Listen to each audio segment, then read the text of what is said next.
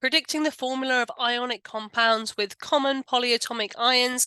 So this is just testing that you realize that when you see a polyatomic ion like the permanganate ion, this MnO4, that whole thing has got a -1 charge. So you may well need to use parentheses to balance, because you need to make sure if you have more than one MnO4 minus unit that you are having multiples of that whole chunk and not just the whatever's on the end of it.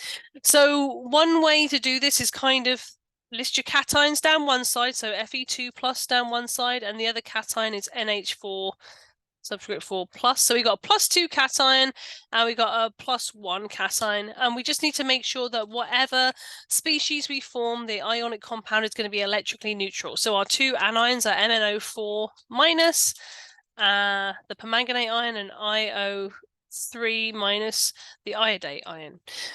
So in order to get a neutral compound, then you're going to need 2 permanganates to balance 1 ion 2 plus. So the way I would write this is MnO4 in the parenthesis and the subscript 2 on the outside, okay?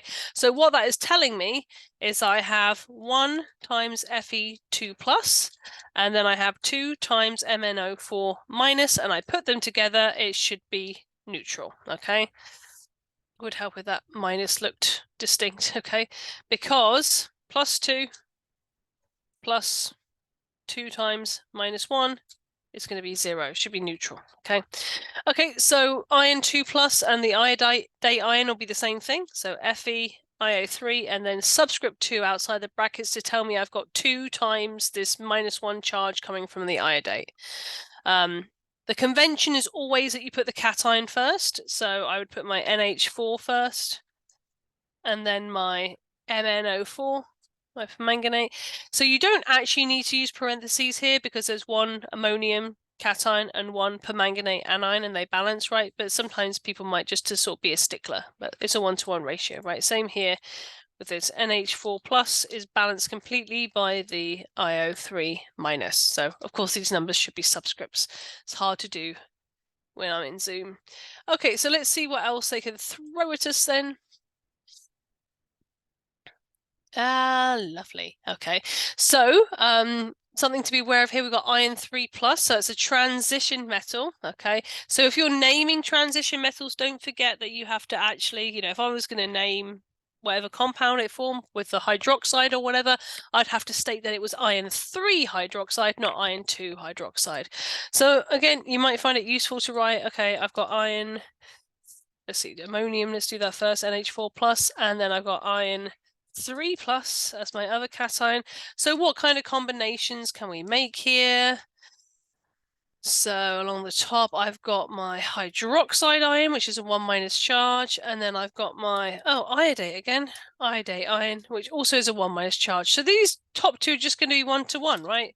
NH4OH, ammonium hydroxide, NH4IO3, ammonium iodate. Down here, I'm going to need 3 hydroxides to balance 1 iron 3 plus, and we'd call that iron 3 hydroxide. And then finally, we would also need 3 iodate ions, if I could type, to balance out 1 iron 3 plus. So just be careful whenever you've got a polyatomic ion, you might need to use parentheses in order to demonstrate that you have more than one repeat of that polyatomic ion in the formula unit. I'm going to do this one as well because this is nice to show you got lead 4, right? So lead 4 ammonium again. I'm just going to do the lead 4, whatever, I'll just do them all. It's quicker to just do it, right? So NH4 plus, Pb4 plus, and then our anions are the chromate ion, CrO4 2 minus, and the permanganate ion, MnO4 minus.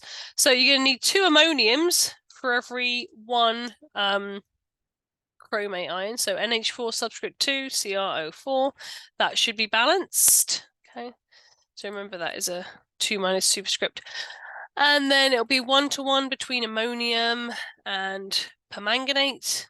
And then lead 4, it's going to take 2 chromates to balance that, okay, because lead is +4, chromate ion is -2. So 2 times -2 gives me -4. And then my lead permanganate is going to need 4 of those to balance the lead 4+.